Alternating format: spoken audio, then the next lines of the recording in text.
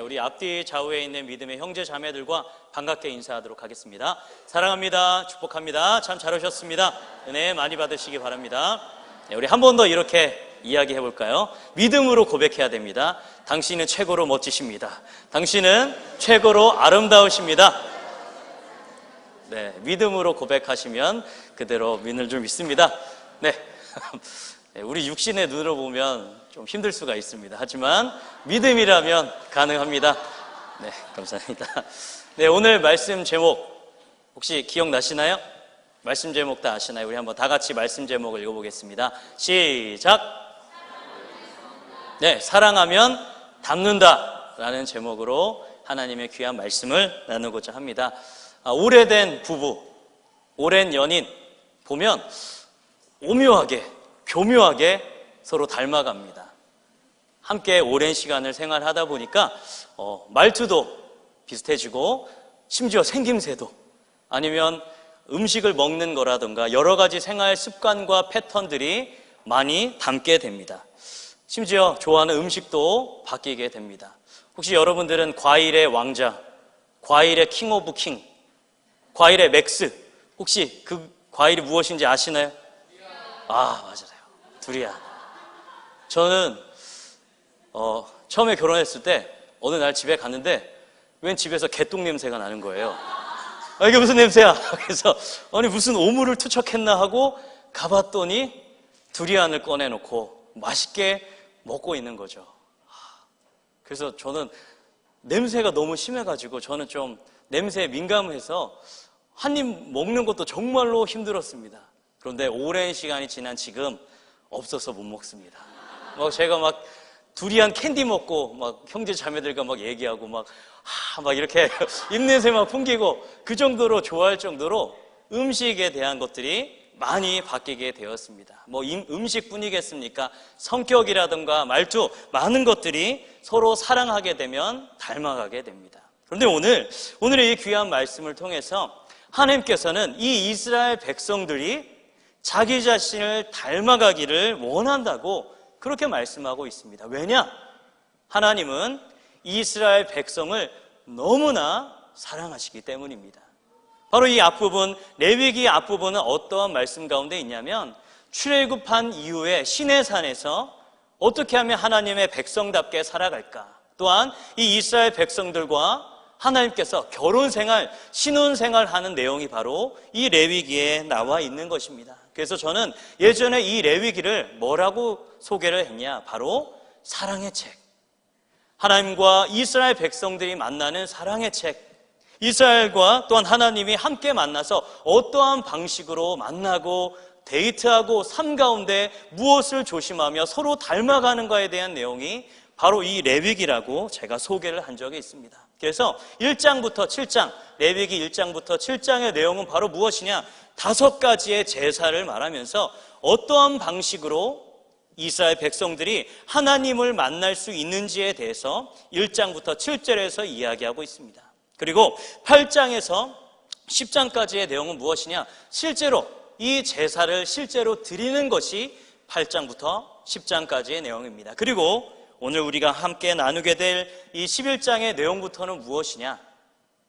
그냥 만나기만 하는 것, 예배, 종교적인 행위에서만 하나님을 만나는 것이 아니라 일상의 아주 사소하고 아주 작은 것, 삶의 모든 부분에서 이 이스라엘 백성들이 정결함을 유지해서 하나님과 함께 살아가는 거룩한 백성이 되는 규정들이 11장부터 나오게 되는 것입니다. 특별히 21장 음식에 관련된 조항입니다. 읽으셨죠? 굽이 있으면 갈라져야 되고 있으면 되고 뭐는 안 되고 이런 얘기 하십니다. 이런 것들 제가 요약해 드리겠습니다. 아주 간단하게 규정들을 요약한다면 우선 짐승, 4발 달린 짐승 중에서 굽이 있고 되새김질 하는 건 먹어도 됩니다. 좋죠? 먹어도 돼요. 네, 그리고 물고기, 지느러미랑 비늘이 있으면 먹으면 안 돼요. 그리고 새는 주로 육식을 하는 새들은 먹으면 안 돼요. 그리고 이제 곤충들은 다리가 있고 깡총깡총 뛰어다니는 녀석, 이런 것들은 먹어도 되는 거예요. 이렇게 하면 좀 어려우시죠? 우리나라에 비유한다면 이 규정대로라면 우리나라 사람들이 너무 좋아하지만 먹어서는 안 되는 그런 것들이 많습니다. 제가 제일 좋아하는 돼지 삼겹살, 오겹살, 항정살, 막 이런 거 못 먹어요. 먹으면 부정한 거예요. 또 제가 좋아하는 오징어 튀김, 오징어 다리 말린 거, 문어 숙회 이런 거 못 먹습니다. 정말 끔찍하죠? 왜 도대체 하나님께서 왜 이런 규정을 주셔가지고 이 이스라엘 백성들을 한번 고생해봐라, 니네 아무것도 먹지 말고 이런 것만 먹어라, 왜 이렇게 하셨을까? 미워해서, 심판을 위해서? 아닙니다. 우리 레위기 전체가 바로 어떠한 전제 안에 있냐? 하나님께서 정말로 이스라엘 백성들을 향한 사랑이 전제되어 있는 부분에서 이 말씀을 다루어야 하는 것입니다. 하나님은 그저 이스라엘 백성들이 고생하고 쫄쫄이 굶고 막 이런 걸 위해서 다이어트하라고 이런 것들을 주신 것 아닙니다. 분명한 이유가 있습니다. 레위기 11장 44절 말씀은 우리에게 이렇게 이야기하고 있습니다. 우리 다 함께 말씀을 외쳐보도록 하겠습니다. 나는 여호와 너희의 하나님이라. 내가 거룩하니 너희도 몸을 구별하여 거룩하게 하고 땅에 기는 길짐승으로 말미암아 스스로 더럽히지 마라. 아멘. 여기서 우선 하나님께서는 자신이 어떠한 분인지를 소개하고 있습니다. 자신은 어떠한 분이라고 소개하고 있죠? 바로 하나님은 거룩한 분으로 소개하고 있습니다. 그러니까 이 하나님의 사랑을 받은, 또한 이 하나님과 언약을 맺은 하나님의 백성, 이스라엘 백성들, 어떠한 백성이 되어야 할까요? 거룩한 백성이 되어야 합니다. 그런데 이 거룩이란 말은 원어적으로 봤을 때 잘라낸다, 분리한다라는 뜻입니다. 그러니까 잘라낼 때 아니면 분리할 때 분명한 기준이 있어야 되는 것입니다. 정한 것과 부정한 것, 먹어도 되는 것과 먹어서는 안 되는 것, 이 기준이 명확해야지만 거룩함을 유지하며 살아갈 수 있게 되는 것입니다. 마치 아담과 하와가 있었던 그 에덴 동산에 모든 음식들 다 먹어도 됩니다. 하지만 이 한 가지의 열매는 먹어서는 안 됩니다. 분명한 기준이 있었습니다. 이것을 먹으면 하나님의 말씀에 불순종하는 것이고, 이것을 먹지 않으면 하나님의 말씀에 온전하게 순종하게 되는 것입니다. 그것이 바로 무엇이냐? 선악과 나무의 열매였습니다. 분명한 기준이 우리에게 제시되었고, 하나님 앞에서 이것을 지키면 하나님의 말씀에 순종하며 거룩한 백성으로 살아가는 것입니다. 그러나 하나님의 명령을 어기고 불순종하게 되면 이것은 죄를 짓는 것이고 거룩한 백성이 아니라 부정한 백성이 되는 것입니다. 그 기준, 이것이 필요하기 때문에 어떻게 보면 우리에게 때로는 힘들고 어려운 음식에 대한 규정이 우리에게 주어지게 된 것입니다. 이것은 바로 하나님께서 이스라엘 백성들을 사랑하셨기 때문에, 또한 다른 이방 민족과 다르게 특별히 이 이스라엘 백성들을 사랑하셨기 때문에 이 음식을 통해서, 이 음식을 가려 먹는 것을 통해서 자기 자신이 하나님의 백성이라는 걸 드러내는 것이고, 이 음식을, 규정을 지킴을 통해서 내가 바로 정한 백성이다, 거룩한 백성으로 살아갈 수 있는 것을 알려주고 있는 것이란 것입니다. 그래서 이 규정들 결코 이스라엘 백성들에게 무거운 짐이 아니라 사랑하기 때문에 주신 이 규정임을 믿으시기 바랍니다. 그렇다면 현대를 살아가고 있는 우리, 지금 우리에게도 이 음식 규정이 통용될까요? 안 될까요? 이 음식 규정이 통용이 될까요? 안 될까요? 어제 저녁에 돼지고기를 먹었었던 집사님, 부정해서 오늘 못 나오시나요? 아니죠.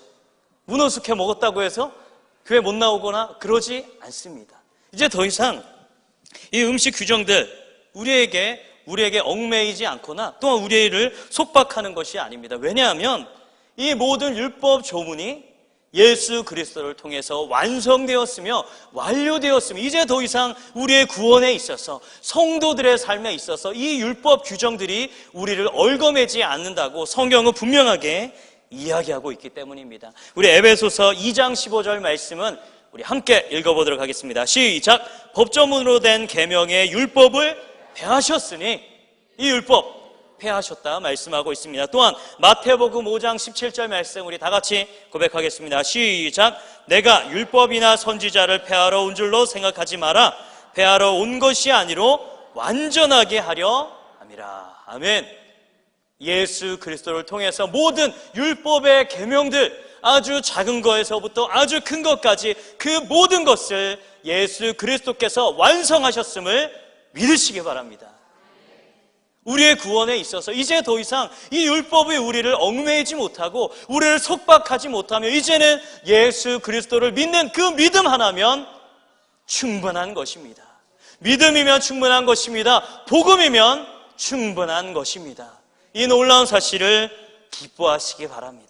이제 더 이상 우리는 음식 먹는 거 이런 걸로 우리 더 이상 율법의 이런 조문들로 인하여서 우리 더 이상 구원의 문제 흔들리지 않습니다. 그리스도를 믿으면 다 구원받는 것이며 영생의 큰 선물을 얻게 되는 것입니다. 더 이상 우리는 음식을 가지고 정결함과 부정함 나누지 않습니다. 이제 더 이상 우리는 모든 음식 다 기쁜 마음으로 감사한 마음으로 먹으면 됩니다. 삼겹살, 갈비, 오겹살, 항정살, 또 뭐가 있죠? 다양한 거, 문어 숙회, 오징어 다 드셔도 괜찮습니다. 이럴 때 원래 하나님께 할렐루야 박수를 올려야 되는데, 조금, 좀 창피하네요. 아무튼, 이런 거 다 먹어도 괜찮습니다. 하지만, 그렇다면 지금 우리에게 주신 이 규정, 다 쓸데없는 거냐? 이제 다 버려도 되는 거냐? 성경에서 찢어버려도 되는 거냐? 그거는 아닙니다. 왜 도대체 하나님께서 이스라엘 백성들에게 이 율법을 주셨는지 우리는 그 의미를 생각해 봐야 되는 것입니다. 하나님은 분명히 이 이스라엘 백성들에게 사랑하는 마음을 담아서, 기대하는 마음을 담아서 선한 의도를 가지고 이스라엘 백성들에게 이 규정을 주신 것입니다. 그 의미를 우리는 파악하고 하나님의 그 선하신 뜻을 우리는 날마다 지키며 살아가야 하는 것입니다. 그것은 바로 무엇이냐?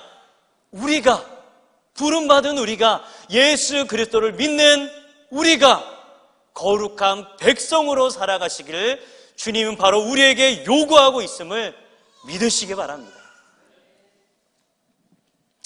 하나님은 놀랍게도 너희들이 이런 규정들을 막 지켜서 다 지키면 거룩한 백성이 될 거다 말하지 않으십니다.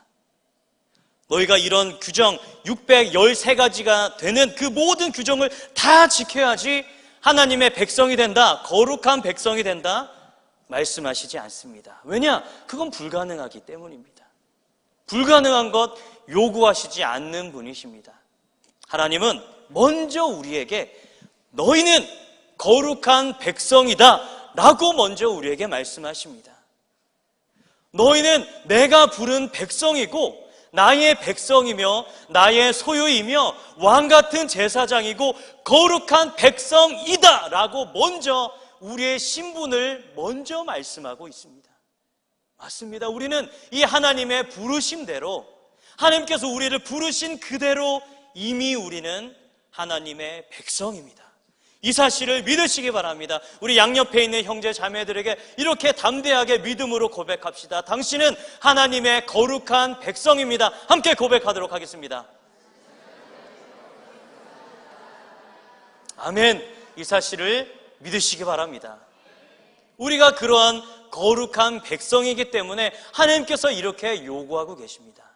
너희가 하나님의 거룩한 백성이기 때문에 너희는 하나님의 거룩한 백성답게 살아가라. 우리가 이미 백성이라면 백성답게 살아가는 것 그렇게 어렵지 않을 것입니다. 그렇다면 우리 어떻게 이 하나님의 거룩한 백성으로 살아갈 수 있을까요? 우리는 예수님께서 이 음식과 관련된 것에서 말씀하신 그 예수님의 말씀을 우리 아주 주의 깊게 살펴보아야 할 것입니다. 마태복음 15장 11절 우리 함께 고백하도록 하겠습니다. 입으로 들어가는 것이 사람을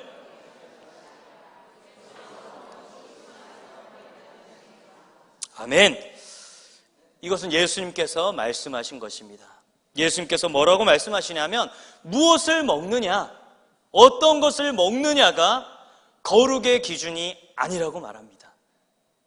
무엇을 먹느냐, 어떤 걸 먹느냐가 거룩의 기준이 아니라 우리 입 바깥으로 나오는 것, 우리의 말, 우리의 손과 발로 하는 우리의 행동, 우리의 생각, 우리의 마음이 바로 거룩의 기준이라고 성경은 분명하게 이야기하고 있습니다. 우리가 정말로 좋은 음식을 먹고 값비싼 음식을 먹는다고 해서 우리가 거룩한 백성 되는 것 아닙니다. 바깥으로 나가는 것, 그것이 중요한 것입니다. 우리가 어떠한 생각으로 살아가는지, 우리가 어떠한 마음을 가지고 살아가는지 우리는 정직하게 하나님 앞에 우리 자신을 돌아봐야 할 것입니다. 우리의 겉은 거룩해 보이지만 우리의 속사람, 우리의 마음은 어떠하십니까? 여러분의 마음은 거룩합니까? 여러분의 마음은 안녕하십니까? 우리는 무엇을 가장 중요한 가치로 여기는지, 우리의 마음속에 가장 무엇이 크게 차지하고 있는지 우리 자신을 돌아봐야 할 것입니다. 하나님을 믿지 않는 자들, 하나님을 나의 구주로 고백하지 않는 자들, 머릿속에 무엇이 가장 가득하냐? 자기 자신이 편하게 지내는 것, 그것이 머릿속에 가장 가득합니다. 자신의 행복, 자기 자신의 행복과 편안한 삶, 안락한 삶, 행복한 것, 이것이 그들의 최고의 가치이고 머릿속에 잔뜩 있습니다. 혹시 우리도 예수님을 우리의 구주로 고백하면서 나는 그리스도인이다, 하나님의 사람이다, 하나님의 백성이다 말하면서도 믿지 않는 하나님을 믿지 않는 그들과 같은 것을 생각하고 같은 것을 추구하고 같은 마음을 품고 있다면 우리는 다시 이 하나님의 귀한 말씀에 귀를 기울여야 할 것입니다. 골로새서 1장 14절에 보면 우리가 하나님을 알기 너무 어렵기 때문에, 눈에 보이시지 않는 하나님을 우리가 담기 어렵기 때문에 눈에 보이는 하나님을 우리에게 보내주셨다 말씀하셨습니다. 그분이 바로 누구시냐? 우리의 구원자이시며 우리의 주인 되시며 우리의 왕 되신 예수 그리스도이십니다. 골로새서 1장 14절 말씀은 분명히 이렇게 고백합니다. 보이지 않는 하나님의 형상, 그분이 바로 누구냐? 예수 그리스도라 말씀하고 있습니다. 우리가 하나님의 백성으로서 거룩한 백성답게 살아가려면 누구를 보면 되냐? 누구를 닮아가면 되냐? 바로 예수님을 닮아가면 되는 것입니다. 예수님이 가신 그 길을 따라가면 되는 것입니다. 예수님은 어떻게 사셨습니까? 예수님의 삶을 그냥 몇 가지 말로 표현하기엔 너무나도 부족합니다. 하지만 중요한 몇 가지를 함께 나누자면, 우선 예수님께서는 하나님의 말씀에 철저하게 순종하셨습니다. 이 예수님을 닮아서 하나님의 말씀에 철저히 순종하시는 모든 성도님들이 되시길 주님의 이름으로 부탁드립니다.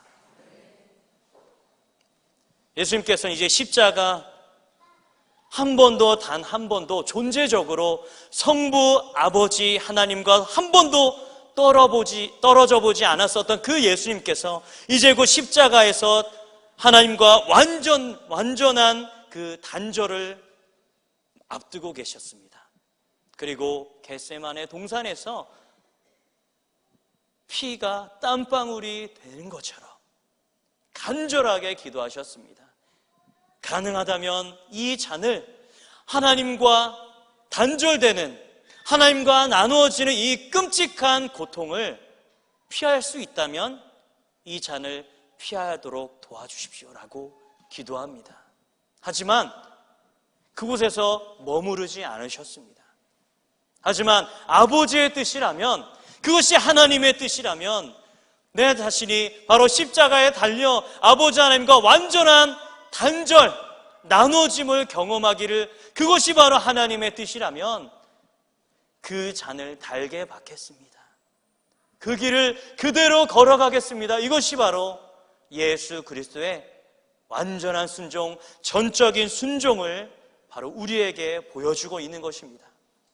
예수님은 자신의 인생 가운데 공생의 3년간 1분 1초도 자기 자신을 드러내지 않았습니다. 자기 자신을 주장하지 않았습니다. 그 모든 하늘의 권세로 철장으로 다스리며 사람들을 힘으로 억누르고 가장 높은 자리에 올라가서 그들을 얽매이거나 그들을 고통스럽게 하거나 그들을 쥐어짜지 않았습니다. 오히려 하나님께서 가장 낮은 자리로 가라하셨기 때문에 가장 연약한 아기의 모습으로, 인간의 모습으로 오셨으며, 왕궁, 아주 부드러운 옷을 입고 있는 왕궁으로 간 것이 아니라 광야에 가시며 수없이 많은 죄인들, 연약한 자들이 있는 그 가장 낮은 곳으로 향하셨습니다. 예수님께서는 철저하게 하나님 아버지의 명령에 순종하셨습니다. 그리고 자신에게 맡겨진 그 사명, 이 땅 가운데 우리에게 주어진 그 모든 율법의 계명들을 다 완료하셨고, 모든 인류를 향한 그 대속의 사역을 온전히 감당하신 것입니다. 아버지께 완전히 순종하신 이 예수님을 닮아서 언제나 삶의 아주 작은 부분에서도, 삶의 모든 부분에서 항상 순종하시길 주님의 이름으로 부탁을 드립니다. 또한 예수님께서는 사랑을 베푸셨습니다. 예수님께서 이 땅에 오신 것 자체가 우리를 향한 완전한 사랑이었습니다. 예수님께서는 높은 사람들, 지위 많은 사람들, 권세 많은 사람들, 돈 많은 사람들과만 함께하지 않았습니다. 많은 사람들은 자신의 지위가 높아지기 위해서, 또한 자신의 이익을 위해서 어떤 사람을 가까이 사귀냐? 권세 있는 사람들, 높은 위치에 있는 사람들, 돈 많은 사람들과 친해지려고 합니다. 그래서 그들과의 인맥을 통해서 자기 자신을 드러내려고 하고 자기 자신의 유익을 취하게 됩니다. 하지만 예수님은 그렇게 하시지 않았습니다. 오히려 아무도 돌아보지 않고 오히려 손가락질하고 다 죽어 마땅하다고 말했었던 가난한 자들, 병든 자들, 죄인들에게 찾아가셔서 그들에게 가장 필요한 죄의 문제, 고통의 문제, 영생의 문제를 완전히 해결하여 주셨다라는 것입니다. 그리고 예수님께서 제자들을 사랑하시길 끝까지, 마지막까지 사랑하셨습니다.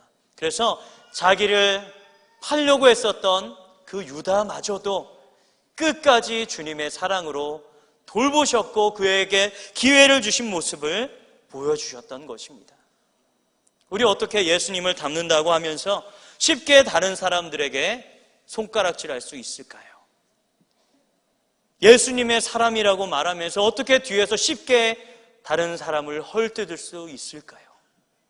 수없이 많은 사람들이 우리에게 도움을 청하는데 어떻게 그 도움을 모른 척하고 우리 자신만 바라보며 살아갈 수 있을까요? 예수 닮은 우리 평택중앙교회 성도님들은 이 예수님의 모습을 닮아서 이 예수님의 사랑을 널리 실천하시기를 주님의 이름으로 부탁을 드립니다. 그래서 다른 사람들을 향해서 쉽게 정죄하고 비판하기보다 그들을 향해서 끊임없이 기도하고 축복하고 위로하시는 사랑의 사람들이 다 되시길 주님의 이름으로 부탁드립니다. 마지막으로 예수님은 어떠한 삶을 사셨냐?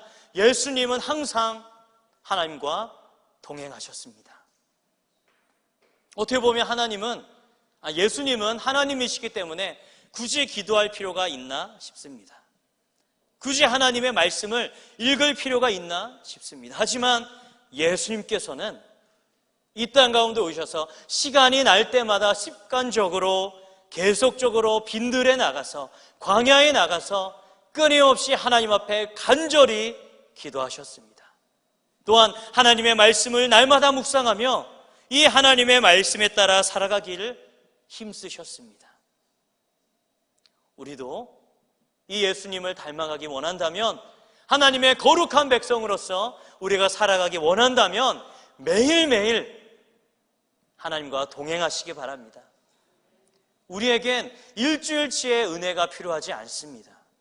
그냥 주일날 교회에 나와서 말씀을 통해 은혜 잔뜩 받고 계속 나머지 6일 동안 은혜 깎아먹어서 사는가? 이건 하나님께서 계획하신 삶이 아닙니다. 우리 오늘 하루를 지켜낼 은혜가 필요한 것입니다. 오늘 하루를 이겨내고 오늘 하루 하나님 앞에 늘 하나님과 동행하며 하나님의 말씀을 통해서 살아가며 승리할 수 있는 오늘의 은혜가, 매일매일의 은혜가 우리에게 필요한 것입니다. 하루의 시작을 이렇게 시작하십시오.